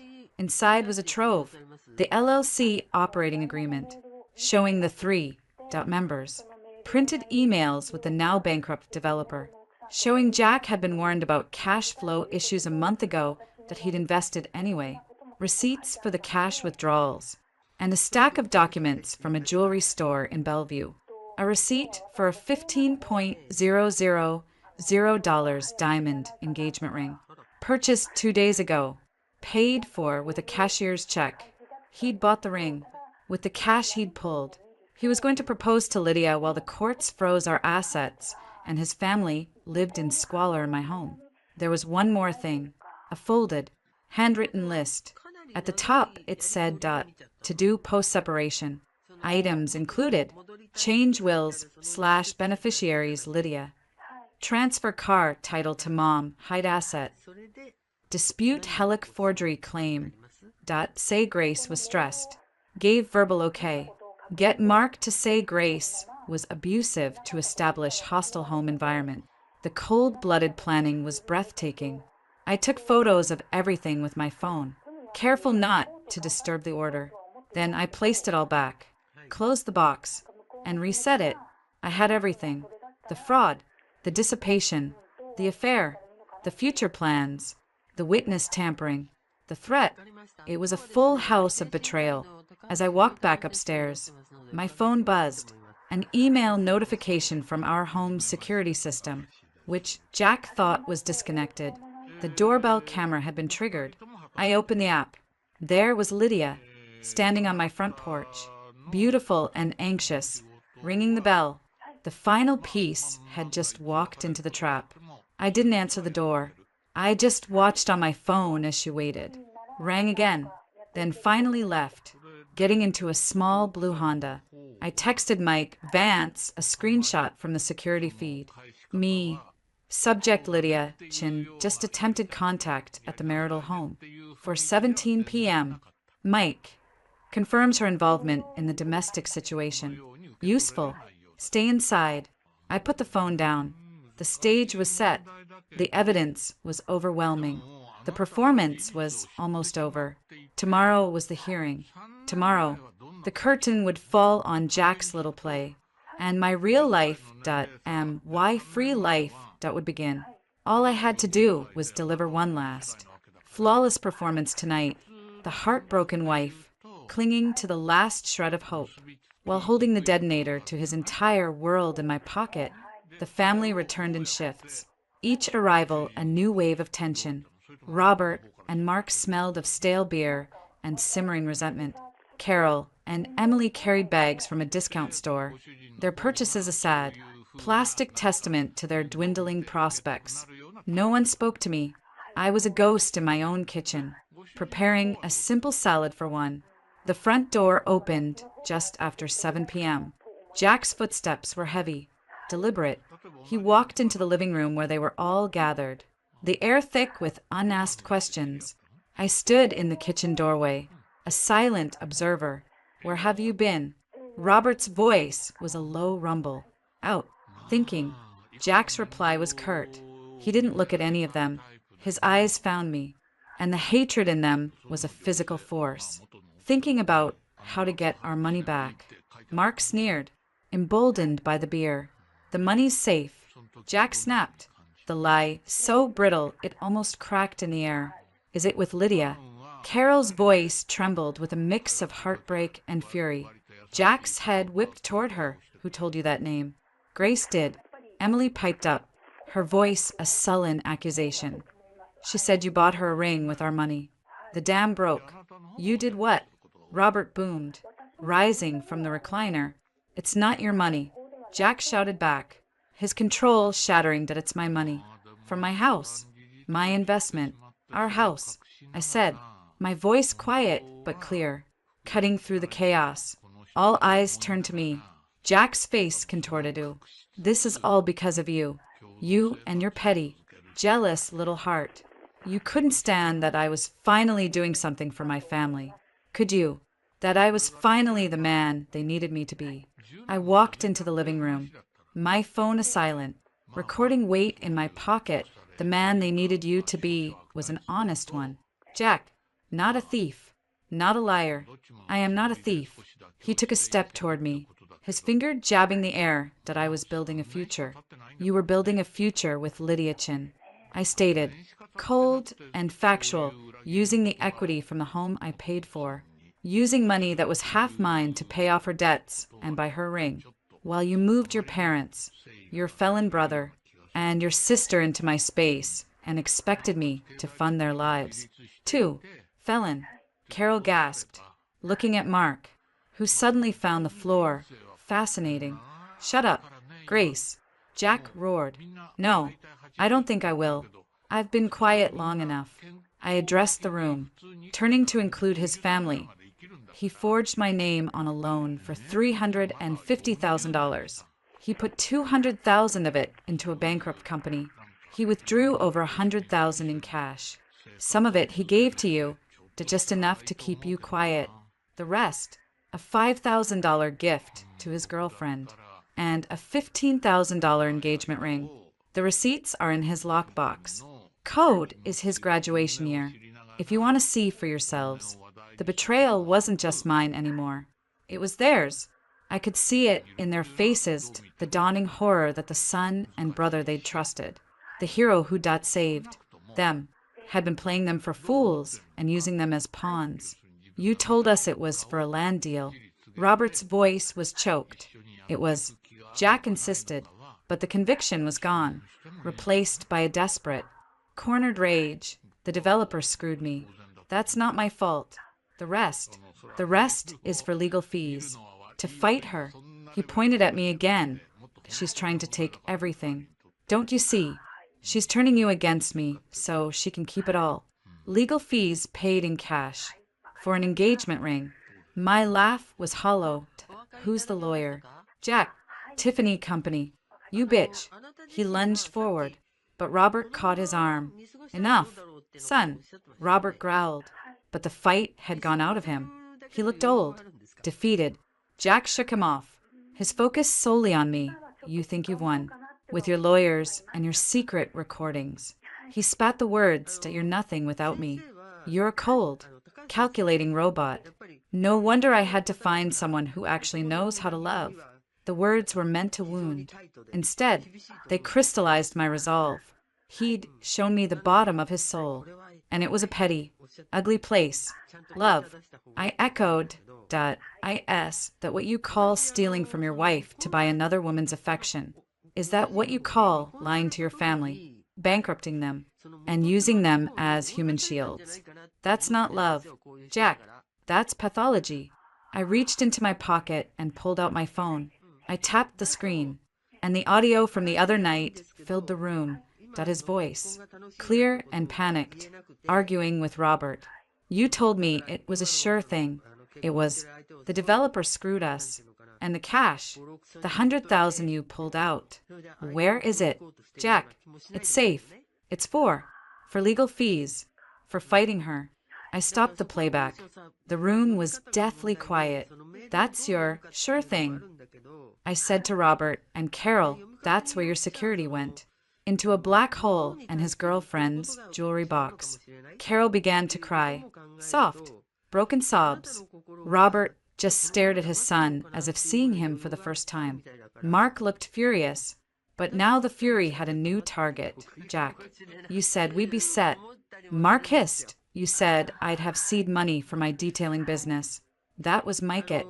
There is no cut. Mark. Jack screamed. His sanity fraying. There's nothing. She's frozen everything. It's all gone because of her. He rounded on me, a finger inches from my face. You did this. You ruined everything. I didn't flinch. You did this to yourself. Jack, with every lie, every forgery, every transfer. You did it when you brought them here without asking me. You did it when you touched another woman. You did it when you decided my life, my home, my money were yours to plunder. I looked past him. To his broken family, the court hearing is tomorrow.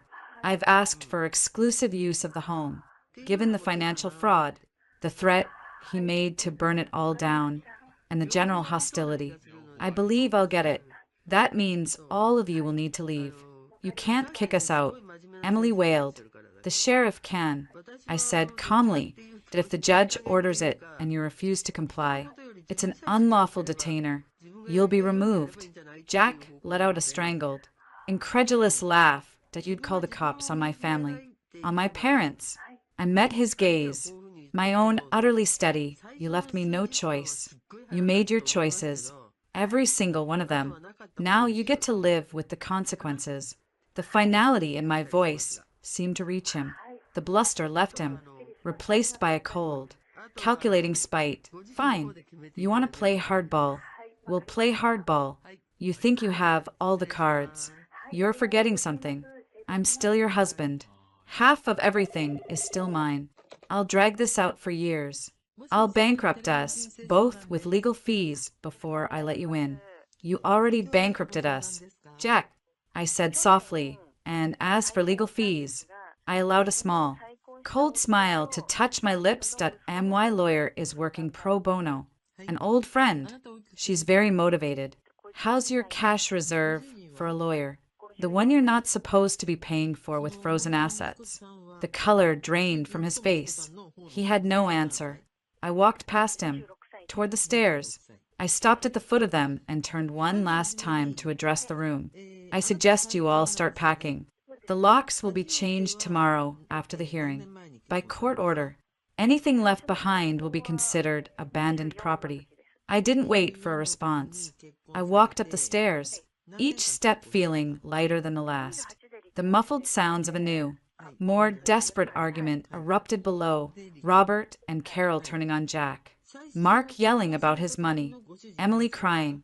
I entered the bedroom, closed the door, and engaged the lock, not just the knob lock, but the deadbolt I'd quietly had installed the day after I found the lockbox.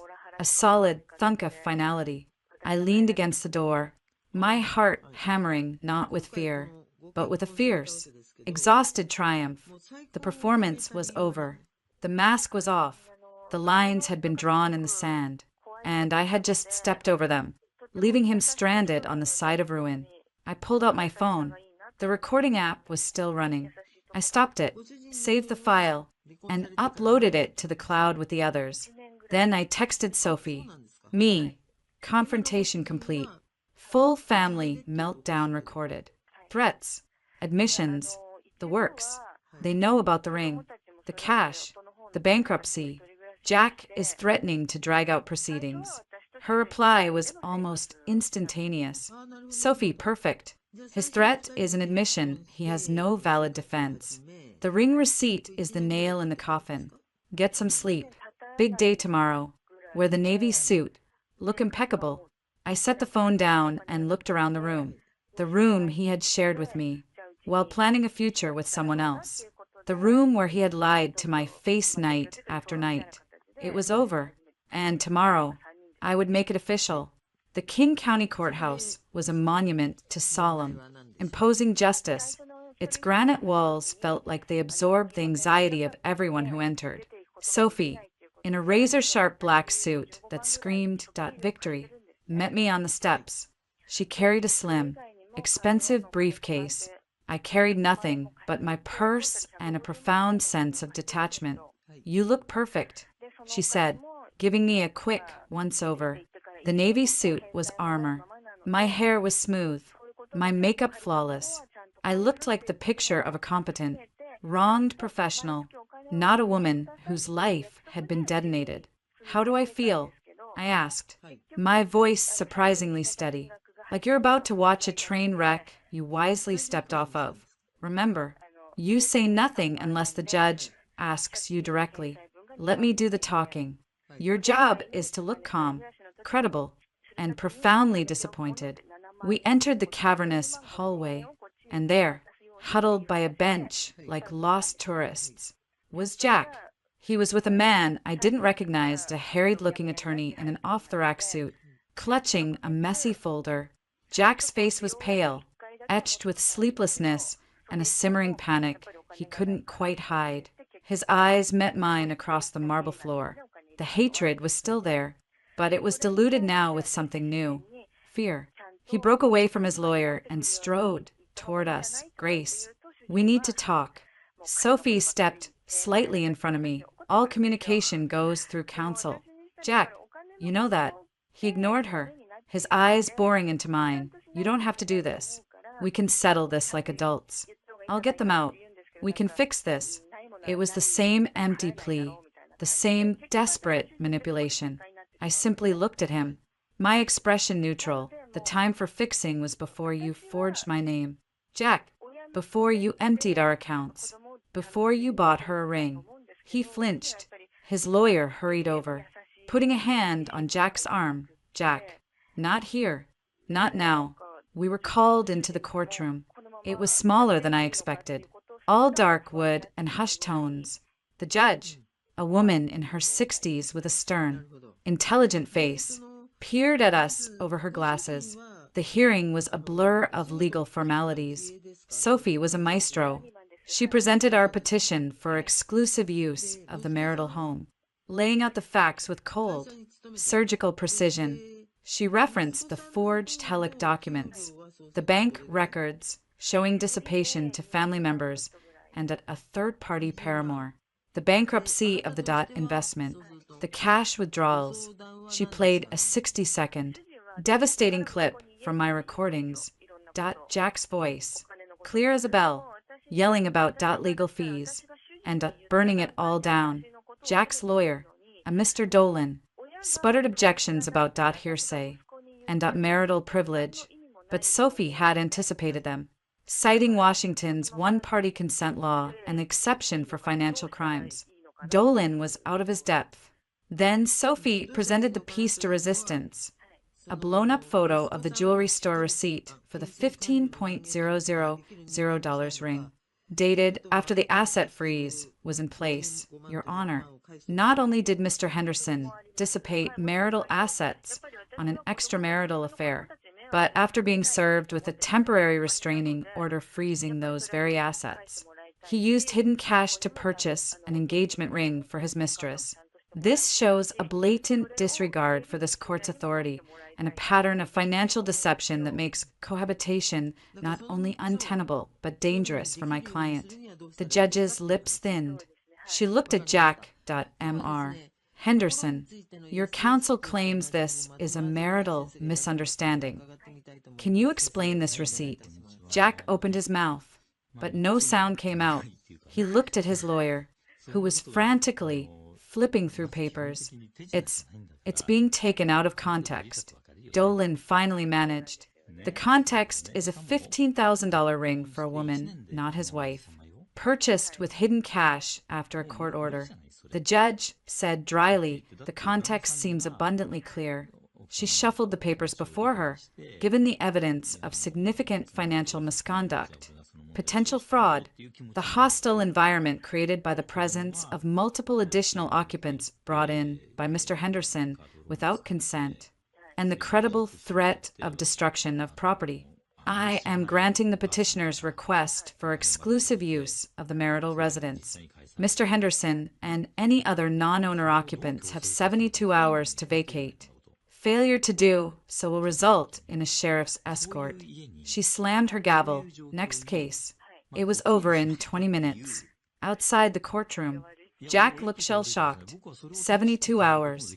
His lawyer was whispering urgently to him, but Jack wasn't listening. He was staring at me with a look of pure, undiluted venom. Sophie steered me away. Don't gloat. Don't engage. Just leave. But as we passed him, I couldn't resist.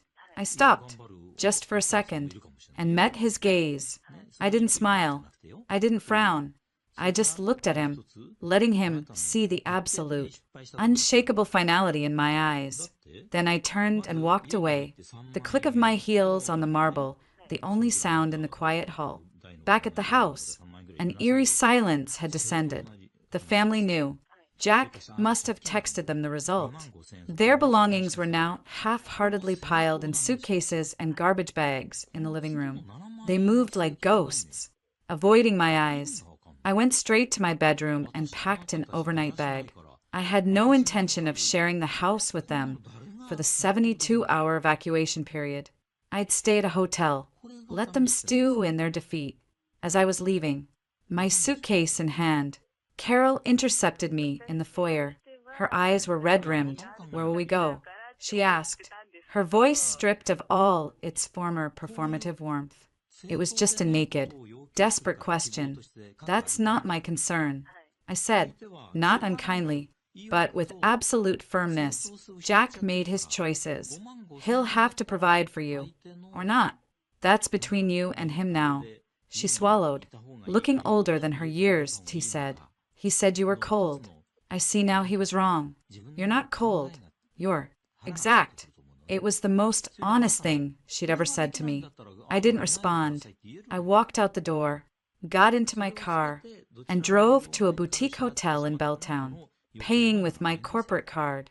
From the quiet, clean room, I made 2 calls. The first was to a locksmith, scheduling a lock change for exactly 72 hours and 1 minute from the court order. The second was to a cleaning service that specialized in post-occupancy deep cleans.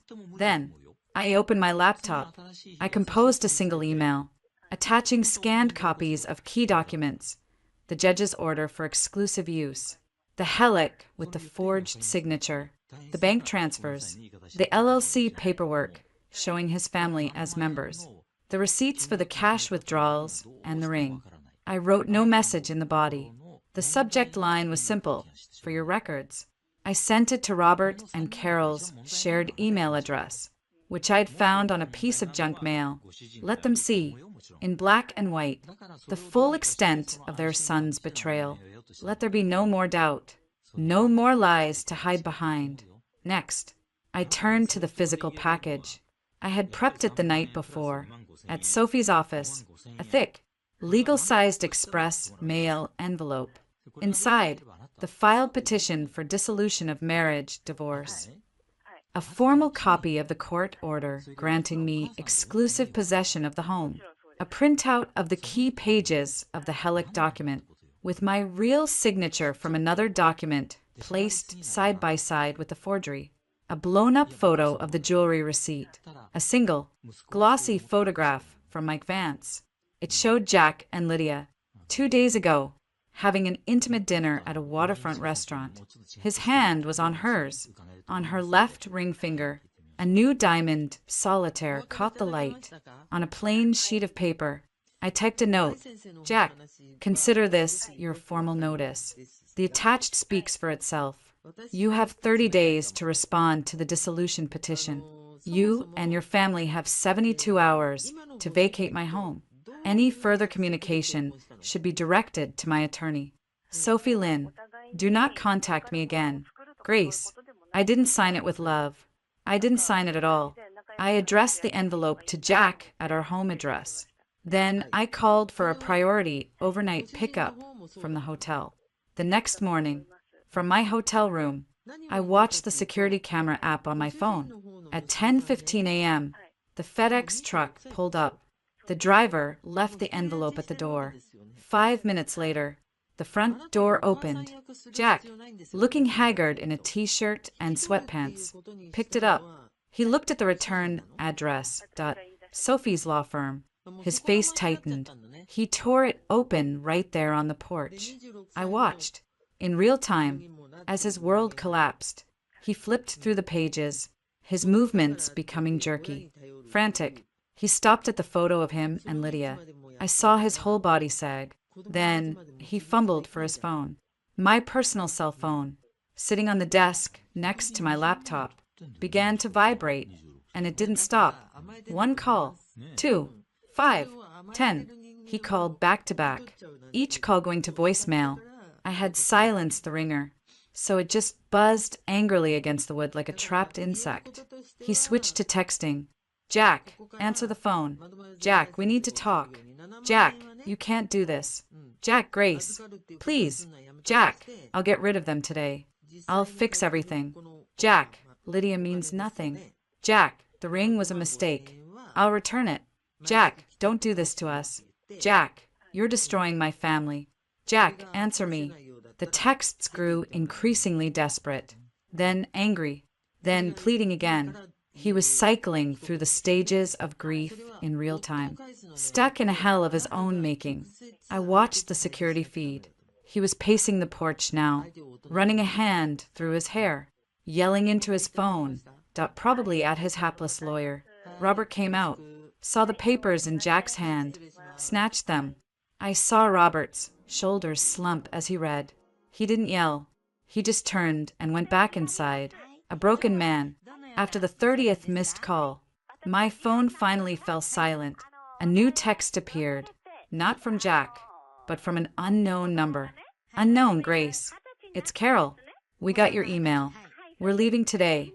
We're so sorry for everything. We didn't know. I didn't reply. The apology, however genuine in this moment, was too little, too late. They had been willing beneficiaries until the checks stopped clearing. My hotel phone rang. The front desk.ms. Henderson. There's a Mr. Henderson in the lobby demanding to see you. He's quite agitated.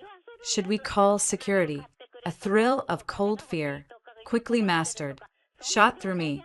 He'd tracked me down. Of course he had. He probably called every hotel in Seattle. Yes.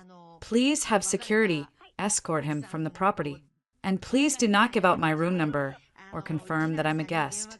Thank you. I hung up and immediately called Mike Vance. He's at my hotel. I said, I know. I have a guy in the lobby. He's been following Henderson since he left the house. He'll make sure he leaves peacefully. Do you want to file for a protection order? I thought about it, not yet, but document this and have your guy follow him. I want to know where he goes. Already on it. I sat by the window, looking out at the gray Puget Sound. My phone buzzed one last time. A final text from Jack. Jack, fine. You win. But this isn't over. You'll regret this. I looked at the message, at the pathetic, predictable threat. Then I picked up the hotel phone and dialed room service. I ordered a champagne breakfast at Eggs Benedict, fresh fruit, a pot of excellent coffee, and a split of Veuve Clicquot, a celebration for one. As I waited, I opened a new document on my laptop.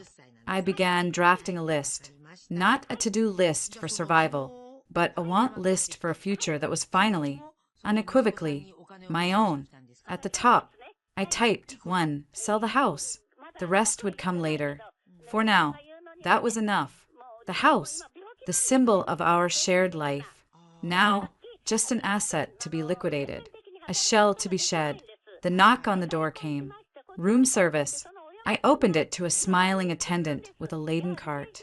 The champagne flute sparkled in the morning light, filtering through the clouds. Will there be anything else? Ma'am. No, I said, signing the bill with a flourish. This is everything. And for the first time in a very long time. It was true. 6 months is a lifetime, or no time at all. It depends on what fills the days. My days were filled with the quiet, meticulous work of dismantling a shared existence. Sophie called it the unwinding. It felt more like an archaeological dig through the ruins of a civilization I no longer recognized. The house sold in 60 days. The market was hot, and the staging, which involved removing all traces of the Henderson clan and several gallons of industrial-strength cleaner, worked wonders. We got a good price, enough to pay off the legitimate first mortgage. The fraudulent Helic was a battle. The bank, initially furious about the forgery, was more interested in recouping their money than prosecuting Jack. In the end, a settlement was reached. The sale proceeds covered most of it, and Jack was held personally liable for the remainder. His credit was ashes. The divorce proceedings were a grim, procedural dance. Jack's lawyer, Mr. Dolan, tried to argue for spousal support for Jack, citing the disparity in future earning capacity. Sophie laughed in his face, presenting a binder of evidence a judge later described as a masterclass in financial malfeasance and dissipation of assets. Jack's counterclaims of emotional abandonment and creating a hostile home environment crumbled under the weight of the recordings, the lockbox documents, and Lydia's own reluctantly provided credit card statements. I got the house proceeds after the lien. I kept my retirement accounts, which he'd thankfully not been able to touch. He kept his decimated 401k and the crushing debt from the Helic. The car, still in both our names, was voluntarily signed over to me in exchange for me not pursuing criminal forgery charges. The leverage play Sophie engineered beautifully. I sold it the next week. Lydia, it turned out, was not as invested in a future with a broke, disgraced man as she was in the idea of one with a financially secure one. When the ring had to be returned to help cover legal fees, a fact I learned from a gleeful Mike Vance, she vanished. Jack moved into a studio apartment in a dismal part of Renton, paid for by a shamefaced Robert who'd gotten a job as a night security guard. His family did not follow him. Carol and Robert, after the email I'd sent, wanted nothing to do with him. They moved back to Spokane, into a rented duplex far smaller than their old one, financially crippled and emotionally gutted. Mark, facing pressure from his associates over some unpaid debt, left Washington altogether. Rumor had it he was in Nevada. Emily, in a twist of irony, reached out to me on LinkedIn, asking for a referral. I didn't reply. The final divorce decree arrived on a Tuesday. It was a PDF attachment to an email from Sophie. Henderson versus Henderson. Decree of dissolution that I read at once, then closed my laptop. There was no catharsis, no overwhelming rush of emotion, just a deep, settling quiet. It was done. The next Saturday, I found myself in a sun-drenched coffee shop in Ballard. It was new, all reclaimed wood and thriving succulents. I was waiting for a client, a tech CEO who preferred informal meetings. I was early, nursing a perfect cappuccino and scrolling through listings for condos with water views. Grace. The voice was familiar, but it took me a second to place it. I looked up. David Chin, Sophie's older brother, a structural engineer I'd met at a charity gala. Sophie dragged me to a month after I'd moved into my temporary apartment. We talked for 20 minutes about seismic retrofitting and the best foe in the city. He'd been funny, kind, and had asked zero prying questions about my personal life, which at the time had been a radioactive zone. David. Hi.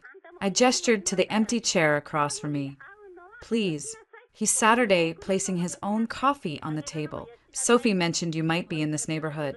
Said you'd conquered the world and were now looking for a new kingdom. His eyes were warm, crinkling at the corners. No pity, no morbid curiosity, just warmth. Conquered is a strong word. More like survived a hostile takeover and executed a successful asset sale. He laughed. It was a good sound. Sounds like my kind of corporate drama. Less backstabbing. More, I don't know, load-bearing calculations. We fell into easy conversation. He was between projects, contemplating a sailing trip to the San Juans. I mentioned I'd always wanted to see them. He didn't press. He just said that it's beautiful out there. Quiet. My client texted. Running late. David and I kept talking. About books. About the absurdity of modern art. About his daughter from a previous, amicable marriage who was obsessed with marine biology. There was no subtext. No pressure. It was just two people. Talking. My phone buzzed on the table. A new email notification popped up on the screen. From Jack Henderson. Subject, sad face, no subject. My breath hitched. Just for a second. David's eyes flicked to the screen. Then back to my face. He said nothing. Just took a slow sip of his coffee, giving me space. I didn't open it. I knew what it would be. A final plea. A last-ditch attempt to blame me. A threat. The ghost of my old life, rattling its chains. I looked out the window. The sun had broken through the Seattle clouds, glinting off the water of the Ship Canal. A couple walked by, laughing, their dog trotting ahead. Life, ordinary and beautiful, was happening right outside. I looked back at David. He was watching the same scene. A small, content smile on his face. I picked up my phone. My finger hovered over the email. I didn't open it. I selected it. I hit delete. Message deleted. A simple, final action. There was no dramatic throwing of the phone. No satisfied sigh. It was just an administrative task. Clearing out the trash. David turned back to me. Everything okay? Everything is fine, I said. And for the first time in over a year, I meant it. Not perfect. Not fixed. But fine. Solid. Mine. He nodded, as if he understood the magnitude of the small gesture. Good. My client arrived then, full of apologies. David stood, picking up his coffee. It was good to see you. Grace. Really good. You too. David. He smiled. A genuine, uncomplicated thing. Maybe I'll see you out on the water sometime. When you find your new kingdom, maybe you will. He left. I turned to my client, my mind clear, my focus sharp. The meeting was productive. We sketched out a merger strategy on a napkin. As we were wrapping up, my phone buzzed again. A text from Mike Vance. Mike, final update. Financial Crimes Unit picked up Henderson for questioning this AM. Seems the bank had a change of heart about the forgery. Wanted to give you a heads up. I stared at the text. So Jack's problems were only beginning. A part of me, a small, bruised part one, was still learning to quiet, wanted to feel vindication, but a larger part felt nothing but a distant, weary acknowledgement. His choices, his consequences. My hands were clean. I typed back a simple reply. Me, thanks for the update. Mike, consider the case closed. I paid for my coffee, said goodbye to my client, and stepped out into the afternoon. The air was crisp, smelling of salt and coffee and possibility. I stood on the sidewalk for a moment, letting the sun warm my face. I didn't have a house. I didn't have a husband. I didn't have the life I'd painstakingly built. But I had a decree in my email. I had money in the bank. I had a friend like Sophie and a PI like Mike in my corner. I had a potential client who respected my mind. And I had, perhaps, the tentative offer of a sailing trip with a man who asked questions about Pho, not about my past. I started walking toward my car, a new lightness in my step. The past was a closed file, archived and stored away. The future was an open calendar, a blank page, a sun-dappled sea waiting for me to set my own course. I was no longer Grace Henderson, the betrayed wife. I was just Grace, and that was more than enough.